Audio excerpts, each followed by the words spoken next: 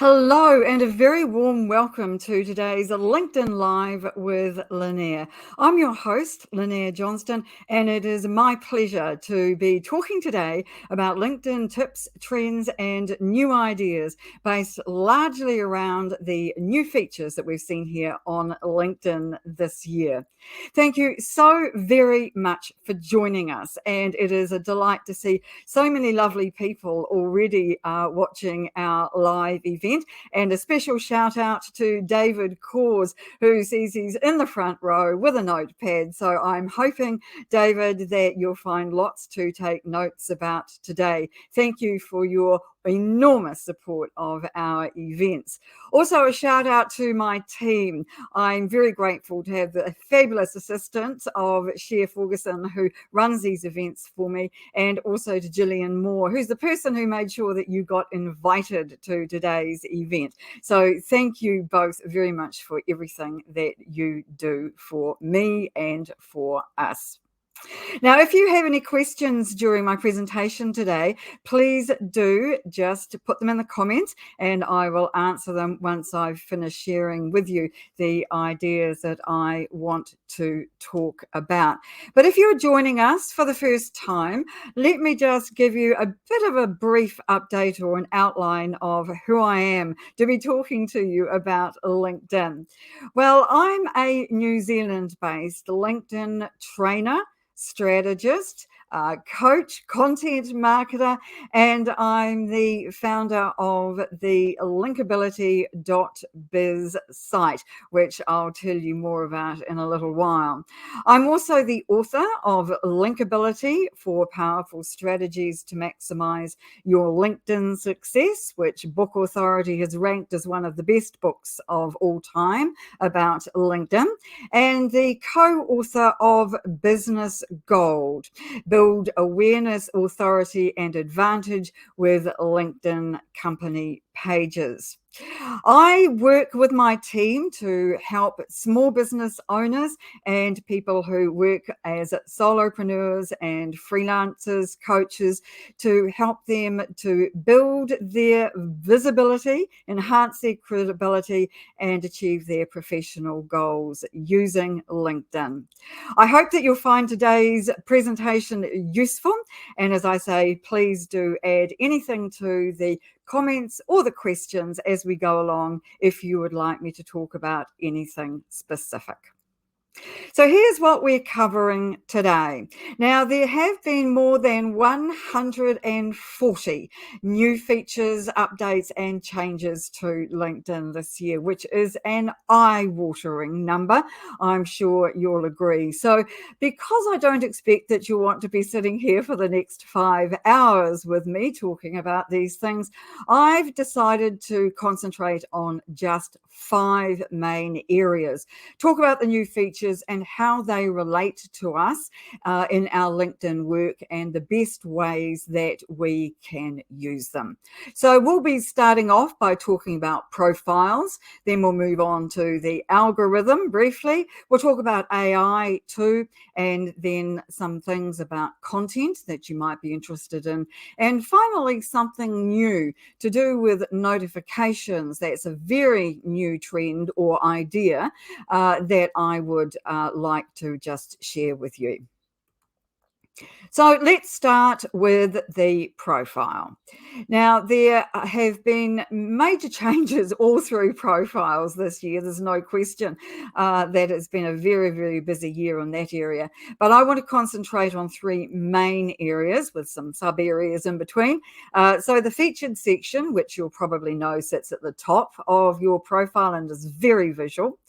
Our skills, which has been really like the black sheep of the family for a long time, but looks to be coming into its own now. And also the upgraded activity section, which for my money is one of the best new features on LinkedIn this year. So let's start with the featured section. And the main change to this this year has been that we can add sections from our profiles and we can pin them to our featured section where they are highly visible because the featured section sits at the top or close to. So we can now add recommendations, roles from our experience section, licenses and certifications, and courses to this featured section. Now, some things about this that I really, really like. One of them is that the recommendations, and you can see from the middle image, in this big image in the middle here, is a recommendation, and that's how they display. So you can easily pick up individual recommendations that may not now display in your recommendation section and pop them into here. Now, the thing about recommendations is while they're great, they're excellent social proof, and we absolutely have to have them, they are displayed in reverse chronological order. So what I mean by that is the most recent ones display first. And if your recommendation that you want to share with people has dropped down the list because you've received new ones, then this is the feature that's going to solve that problem for you, because you can't reorder your recommendations, unfortunately, but you can pick out one or two that you want to showcase in your featured section. I just love that. I think it's a really, really super idea. And also, as I've said, you can add roles from your experience section.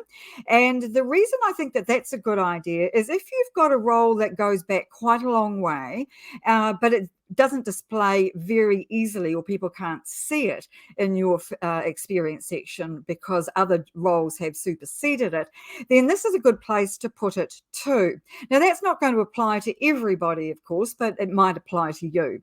It's also a really good idea if you've got a side gig that you want people to know about.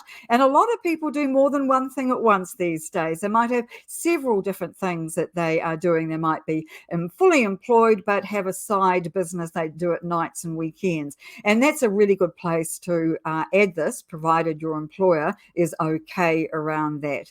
Second jobs, other things you might like to add into here from your experience section, potentially any volunteer work that you've also added into that rather than the volunteering section could also go into this. Now, it's a really easy way, if you've got a role that requires credentials, to be able to display that right high up in your profile too. Yes, you can sometimes add those after your name in the headline area, but generally this is a good way to be able to add it too. So through the certifications and licenses area, you can pin that to your profile. The licenses area, I just found out this week, now has media available as well. Now, not a lot of all of these additional sections do have media allowed. And so it's quite possible that if LinkedIn is going to continue to add these sections to our profiles, they may give us media for those as well. And for example, I use publications quite a bit on my profile. And so it would be great to be able to have media in there and in other areas as well. So generally, I have to say that this new feature of adding content from your profile to featured is an excellent way to beef up your featured section if you don't already have a lot in there. Now, the activity section is one of my favorites from this year. We've had it for a while. It's not new entirely, but the new tabs are fantastic. So the tabs will tell people who visit your profile what kind of content you publish. So that is in terms of your format. So if you put video, for example, up there, you do video posts, then that is going to show in the video section. If you do newsletters, they will show in the newsletters. You get the picture. And this is a really great way for people to be able to see the content that you are creating by post type. Not everybody likes to see videos. Not everybody likes to read content in terms of text. So being able to do posts in different content formats is a great way to be able to reach a wider audience. Now, the other section about this, or the another reason that I'm really enjoying this, is because it allows you to add the different bits of material, or let me just say more information about some of your posts. Perhaps that's the best way to describe it. So take the video section, for example. Originally, all people could see was the thumbnails. And let me just say quietly that all the videos that you have ever posted to LinkedIn via the content will display here. Just a warning. And so if you are wanting to make sure that you brand all your videos the same way, as I know a lot of people do, they have a big banner behind them, for example, then putting those into this section is a really good idea. But the most recent change to this has been the fact that the first couple of lines of the post show up, and also the engagement. So people can see how popular it is before they decide whether they want to watch it. Now, I just love the fact that you can make it so much easier for people to find the different kinds of posts that you are putting up. It's very easy to find events to attend. I'm going to speak more about events in just a moment, but the events section is a really welcome addition. And also, I think that it's really important to be able to know that your comments and reactions will show up here as well. So mainly it's the comments. So if you have a engagement strategy, so in other words, you are commenting on people's posts rather than creating your own unique posts, then the comments that you make on other people's posts will show up in this section. And I think that's a great way to be able to see what people are up to. So in all, I just love the activity section because I can find my own content, other people can find my own content, and I can look at other people's content and see what they're doing as well. Now, and just talking about videos for a moment, profile videos were retired earlier in the year. Now, what I mean by that is that if you already had a profile video that sat behind your profile photo, it is still there and it can still be seen, but you cannot upload a new one. LinkedIn cited lack of use for deciding to retire that feature, but if you've still got it, it's a really great one to make use of because it allows you to introduce yourself in a really nice way and to be able to tell people a bit about you. They can see you, they can hear you, they can look at your body language. But what if you don't have a profile video and you really want to have one, which I think is a very good idea? You have two options, really. You can upload native video, so that's a video direct to the featured section via YouTube or Vimeo. But if you don't have accounts with either of those two platforms, then you are going to need an alternative. And the way to do that is to publish a video post and then pin that to your featured section. My good friend Roy Kowalski mentioned that in an audio event a couple of weeks ago, and it really is a really good way to make sure that people can see your intro video because it's in your featured section. Never underestimate the importance of the featured section. Now, as I've just said, events have shown up as their own separate tab in your activity section, which I just love because there has never before been an easy way to find someone's events. I couldn't even find my own very easily, to tell you the truth. So to be able to see them all in one place is an excellent idea as far as I'm concerned.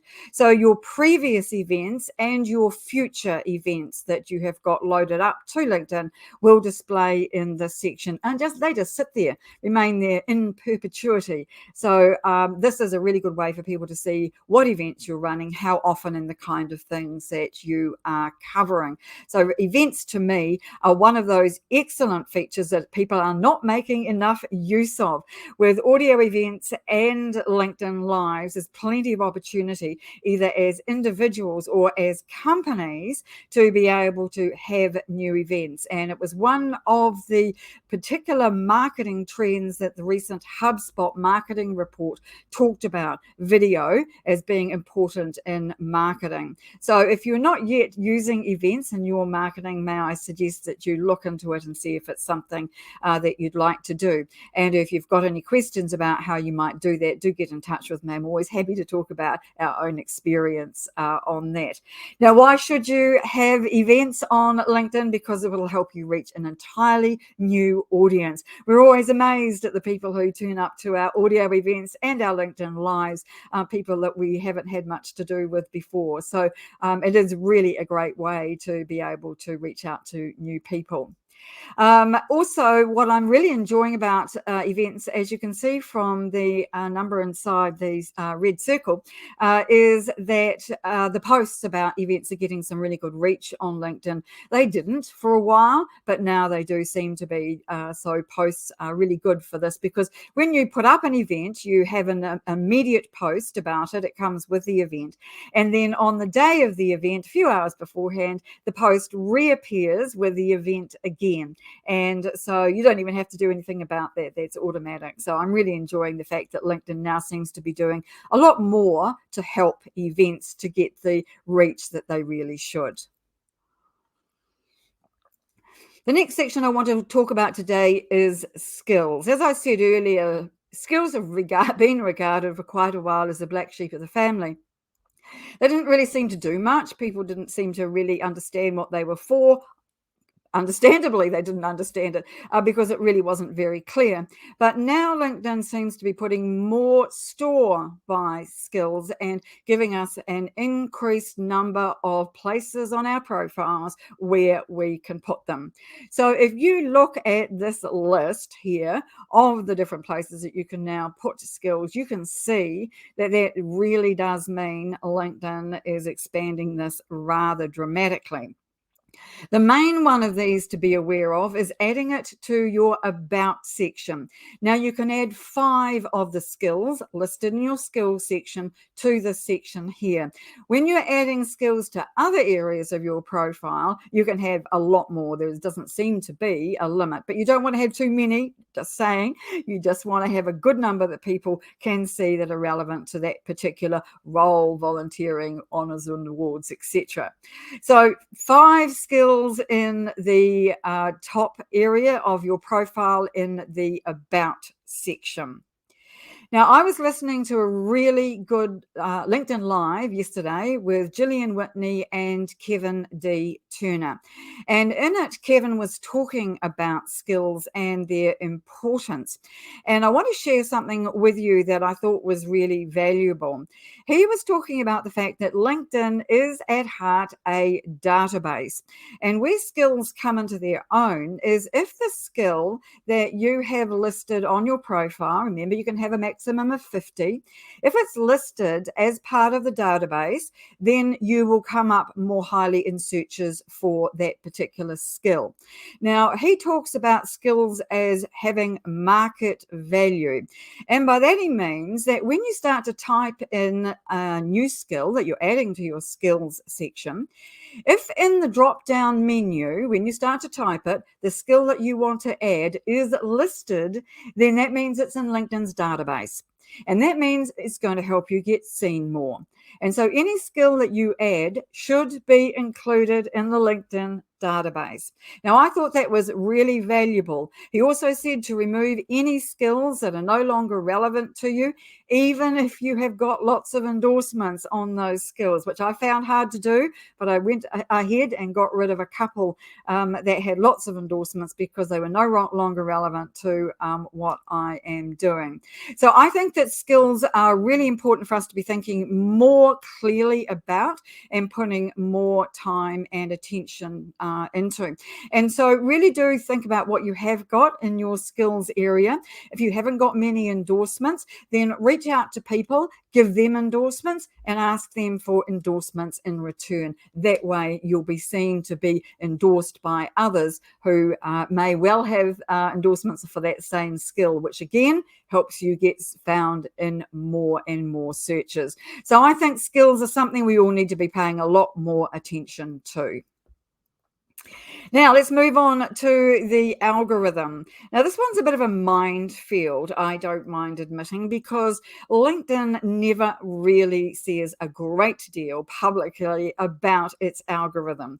As well, the algorithm can change on a dime, and you never get any notification. You have no idea that it's happened until all of a sudden things start to change, like your organic reach starts to decline, for example. But in the middle of the year, a couple couple of months ago, LinkedIn's Dan Roth was interviewed on a podcast talking about the algorithm changes that there've been. And there were three really important things that he said that I want to just mention here today, because I think it helps our understanding of how things work on LinkedIn. The first is that we need to stay in our lane when we are posting content. By that is meant that you talk about what you know about. You don't talk about things that are not related to what you do. They don't show up anywhere in your profile. They don't show up in your skills. There's nothing to attach to that from your profile. So they need to be linked in some way. And we're here on LinkedIn to talk about the things that we know about. So as long as we stick to that, then we should do better with the algorithm, according to LinkedIn. As part of that, they're also saying that we need to educate rather than entertain. So that means overly personal posts, the kind of things we saw during COVID, are now no longer being prioritized by the algorithm, which means then their reach should be decreased, if you like. But it's interesting because certainly you do see some personal posts that have done or do very, very well. So what you want to do is inform people, teach people, share information, rather than be on the platform to entertain.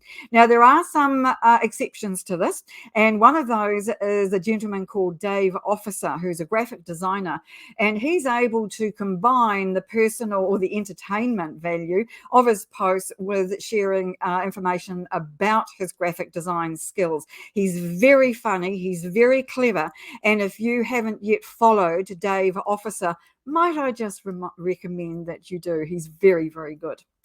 And the other thing that LinkedIn was wanting us to have a think about was that to think about social media, but LinkedIn in general, in a completely different way and with a different mindset altogether, which I think is very interesting. And that is that we should think more about engagement and the discussions and the conversations that we're having with our content rather than our organic reach, impressions or views. Because let's not forget that the view number is in fact only the number of news feeds that your post has been put into. It is not in fact how many people have seen your post in most cases. And so it's really important to remember that that could be just a figment of LinkedIn's vivid imagination in terms of the algorithm, what the algorithm is just pointing people towards on a certain day. So really what we need to be doing is thinking less about that and more about the engagement. And on these two examples here on the right, you can see that the results for the last 28 days, the last month on my content has been up by a bit over 7%.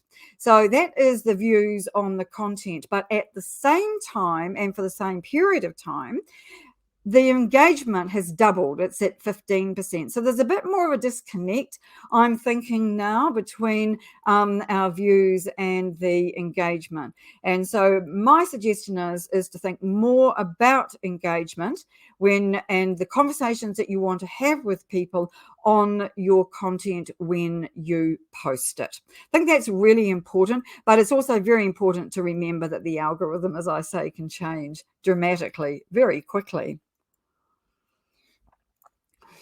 And now our word from our sponsor. Earlier this year, I started revamping our Linkability.biz website.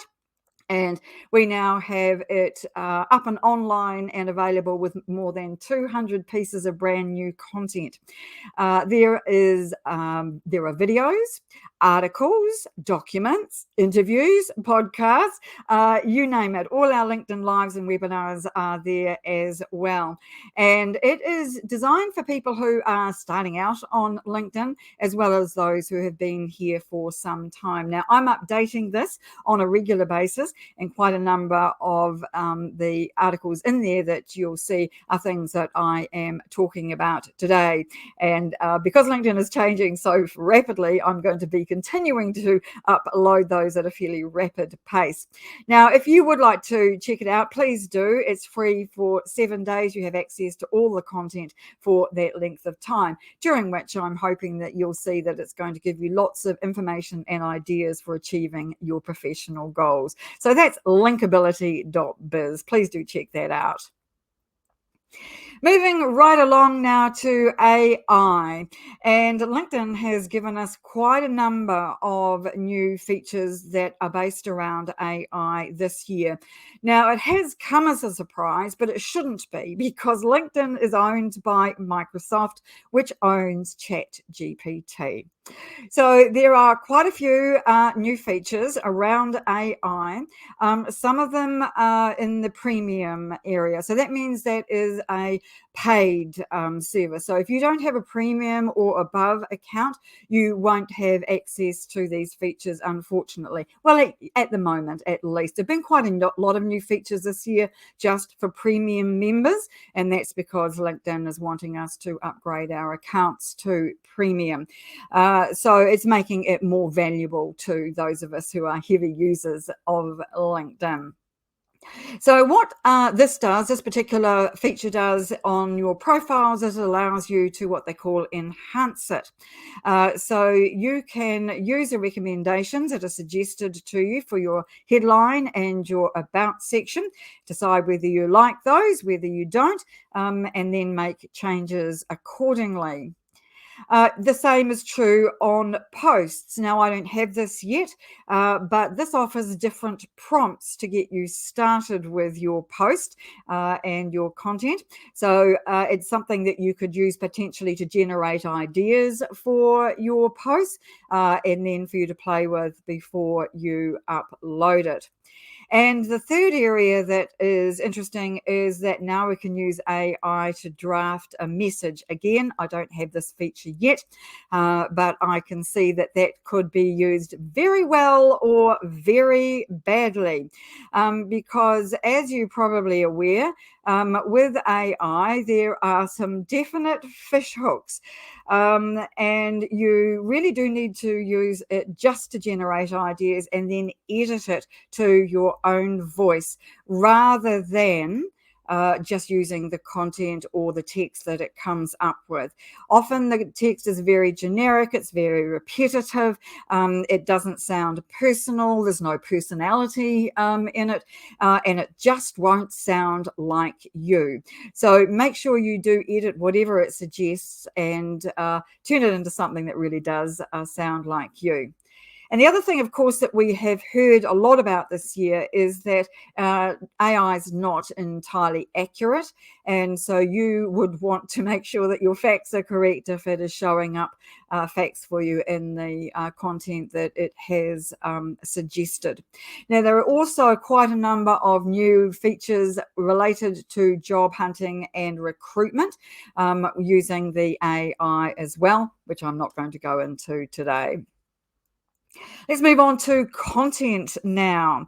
And there have been quite a number of changes in posting this year. And so we're going to talk about several of those right now. The first is our video and image posts, which we have been used to uploading separately. So you would either upload a video post or you would upload an image post. But now these two have been combined into one heading under media. And it's a newly designed format, which I think is clean, clear, and really easy to use. I really, really like it. It's more streamlined. It's really easy to see what you want to do. It's moved away from text instructions more to icons. And so that really does make things an awful lot easier, provided you understand what the icons mean, of course. But all the features that we are used to seeing with videos and images, such as captions, are all there in this new area or the new layout. There's been a whole lot of discussion about hashtags in the last few weeks, including the rumors of their demise, or in LinkedIn's terminology, deramping. But in fact, that now doesn't seem to be the case. It has been said that they don't have much effect on the reach of your posts. But if you are going to use them, and I do think that's still a good idea, then the best number to have is 4 hashtags in your post, and make sure that you include at least a couple that have really high follower numbers. So hashtags, really, I think the jury's still out on what's going on with hashtags. Nobody really seems to be quite sure. Collaborative articles have made a bit of a hit this year. These are AI generated too, and the idea with these is AI generates the text and then people comment on them or contribute, is the correct terminology. And if you contribute enough to these collaborative articles, then you get what is called a top voice badge, which sits on the top of your profile. It looks very smart, doesn't it? It's a bit unclear how many collaborative articles you do need to comment on in order to get this, but it is, and also it has a short shelf life, and I think it's 60 days, it might be 90, but you have to keep collaborating or keep contributing to the collaborative articles, and make sure that you keep that going if you want to retain that top voice badge. But certainly they do look really nice, there's no question about that. Newsletters have been really well received again this year. I think they're doing really quite well in terms of the numbers of people who are subscribing. And also there are a lot of new newsletters coming on stream all the time. Now, the main new feature here has been that you can now have up to 5 newsletters per profile and per page. I can't say that I'm really entirely convinced that it's a good idea to have more than one newsletter, because I think it's going to split your audience. But I did want to share with you just a couple of numbers from our own experience. So 30% of the followers of my profile have subscribed to my newsletter, which gives it a really good base, because whenever I publish a new edition, and I only do so monthly, it goes to all new subscribers in their notifications. And if they've got the email notification turned on, they'll receive an email about it as well. So really extensive reach. Now, we've been finding that this also improves the engagement numbers for both the newsletters and any individual articles, which is a nice spin-off. And of course, there's SEO involved for all of these, so they'll get indexed by Google, provided you remember to add the SEO when you upload it, which I always forget to do. You'll find that the articles and the numbers themselves will get really quite good views, quite good reach, and quite good numbers of comments. And of course, with company pages, you can, if you have a company page as well as a profile, you can use your newsletter on your company page to reach a different audience altogether. Now, I wanted to finish off my remarks about all of this today by talking about something that has really only come to light in the last week, courtesy of someone who is not related to me, but is called Bruce Johnston in Canada. Now, Bruce has put together a post in which he talks about the notification section of our profiles being the new homepage. Now, at this point, he doesn't mean it literally, but what he's talking about is the fact that we can use notifications as our homepage, because it won't have escaped your attention that there are a lot of adverts on the homepage of your LinkedIn feed. And you are not always seeing the posts that you might want to see, because the algorithm gets involved and only spits to you the posts that it wants you to see based on the various parameters it's currently using. So in the notifications section, there are three parts to it. There's what's called all, which is what you can see here as an example. There's the mentions, which is where you've been tagged in a post, comes up on a separate page. At least it should. Doesn't work for me, but it should. And there's a my posts section. So you can easily find your own post by going to that page. Now, it's this page that you can see on the screen that I really am most interested about, because I think that this is a very good way for us to be able to determine what we see and what we respond to. Now, in your home feed, it's possible to train it. So you can tell it what you don't like, what you don't want to see, mute posts, mute types of posts, all those kind of things. And so you can actually build a good news feed, but it takes time. Whereas in the notifications, you are only seeing notifications from people with posts or other content that you have already expressed an interest in.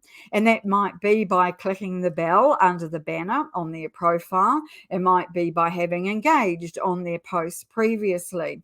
But if LinkedIn thinks it's of interest to you, and you have already said that's of interest to you by taking some kind of action, then you are going to see in your notifications a lot more of the material that you really are truly interested in.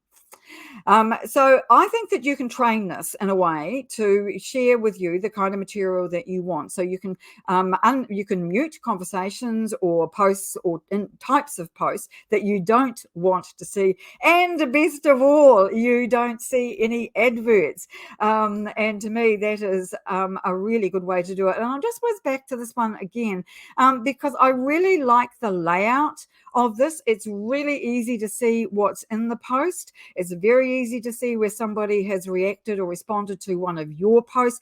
Everything that you might be interested in is in one place. And so I, for one, am going to be paying a great deal more attention to what I see in my notifications and probably looking at only the top post that comes up in my feed every time I go to LinkedIn, because the second one is always an advert, and then maybe just relying more on my notifications. So big thanks to Bruce Johnston from Canada for pointing that out to people, because I think that that's going to be a really interesting way for us to be able to use LinkedIn better and faster. Now, once again, just before we move on to talking about any questions that you might have, I just want to mention again our linkability.biz site.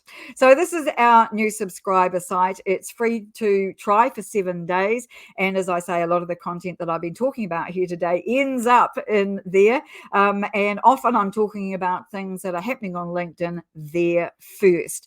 We have an attached LinkedIn group. It's a private group for members or subscribers, and in there I'm updating regularly on what's happening with LinkedIn. So please do check it out, free for 7 days.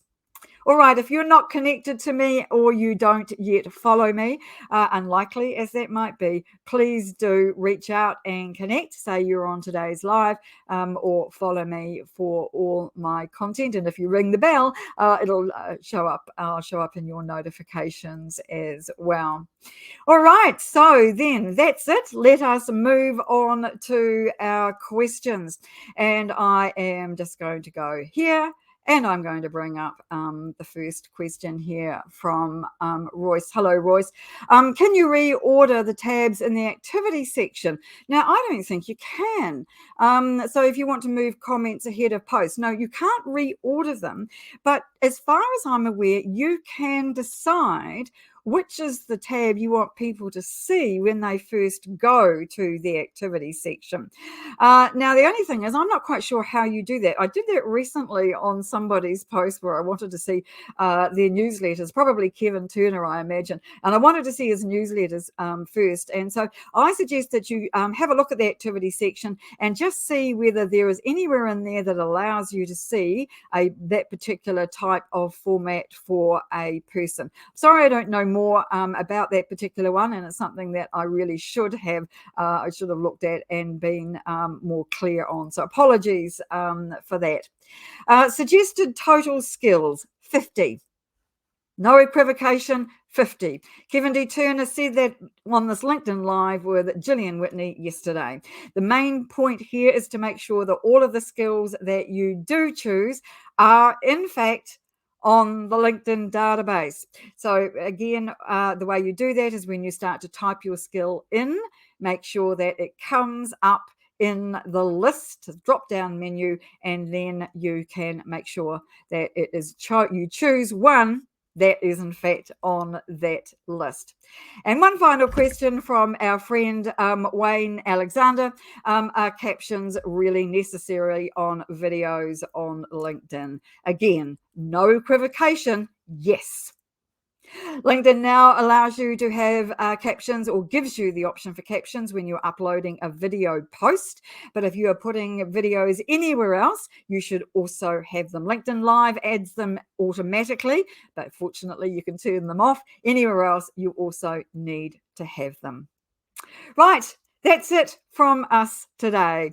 I really appreciate, thank you so much for you to have joined us. It's really been a privilege and a pleasure to be able to spend half an hour or so talking to you about my favorite subject, LinkedIn. And I'm just really happy that we have got so many new features, so many new ideas, new trends, and new ways to help build our visibility, enhance our credibility, and to achieve our professional goals. So thank you again for joining us. It's been great to have you with us, and we will see you on the next one. Bye for now.